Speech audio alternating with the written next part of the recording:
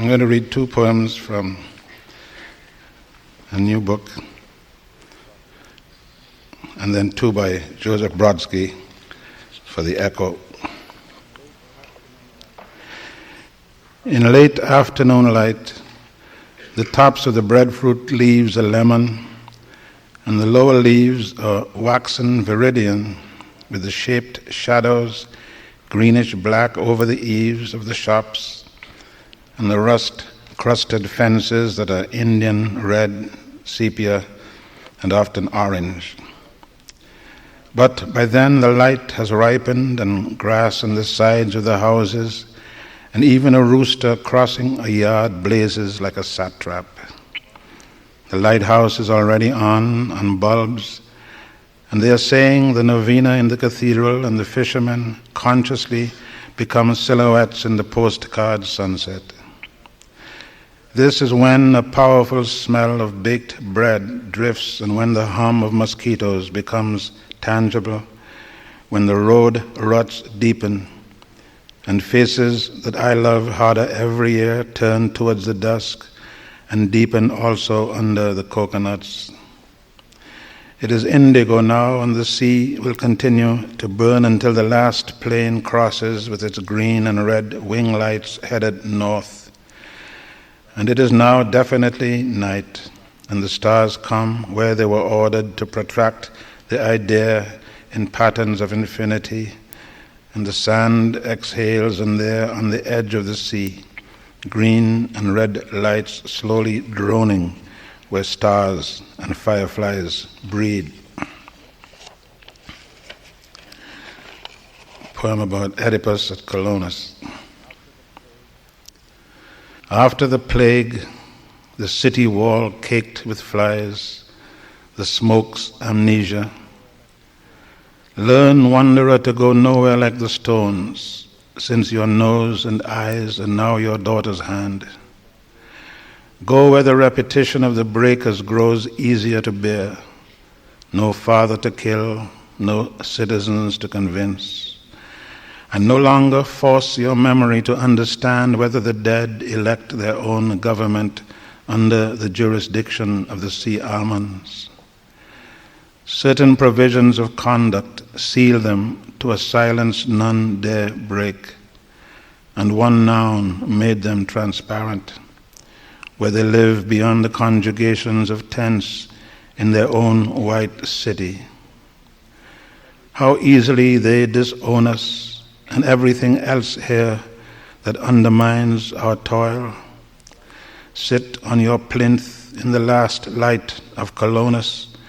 Let your knuckled toes root deep in their own soil. A butterfly quietly alights on a tyrant's knee. Sit among the sea-eaten boulders and let the night wind sweep the terraces of the sea. This is the right light, this pewter shine on the water, not the carnage of clouds, not the expected wonder of self-igniting truth and oracular rains, but these shallows as gentle as the voice of your daughter, while the gods fade like thunder in the rattling mountains.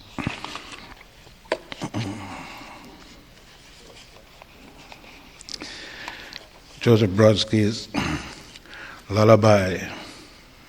Birth I gave you in a desert, not by chance, for no king would ever hazard its expanse.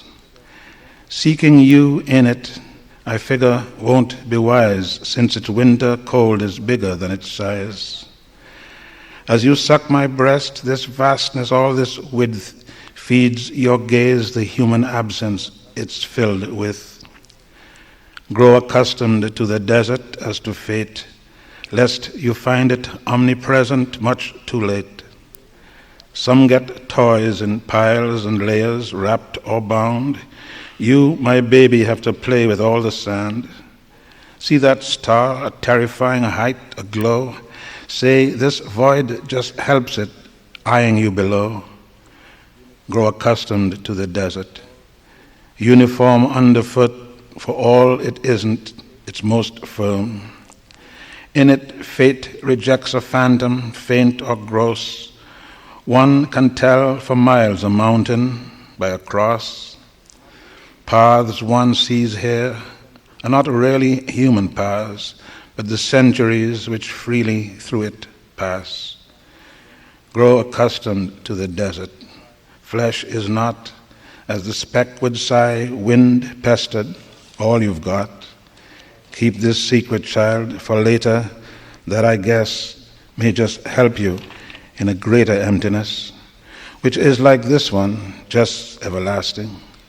And in it, love for you shows where it might end.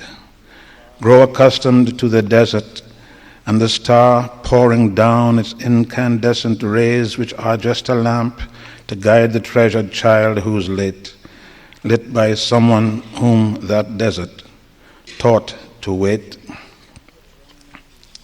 A love song.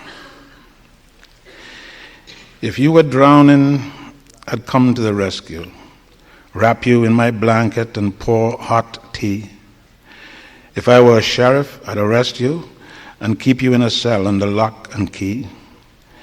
If you were a bird, I'd cut a record and listen all night long to your high-pitched trill. If I were a sergeant, you'd be my recruit, and boy, I can assure you, you'd love the drill. If you were Chinese, I'd learn the language, burn a lot of incense, wear funny clothes. If you were a mirror, I'd storm the ladies, give you my red lipstick and puff your nose. If you loved volcanoes, I'd be lava, relentlessly erupting from my hidden source. And if you were my wife, I'd be your lover, because the church is firmly against divorce. Okay.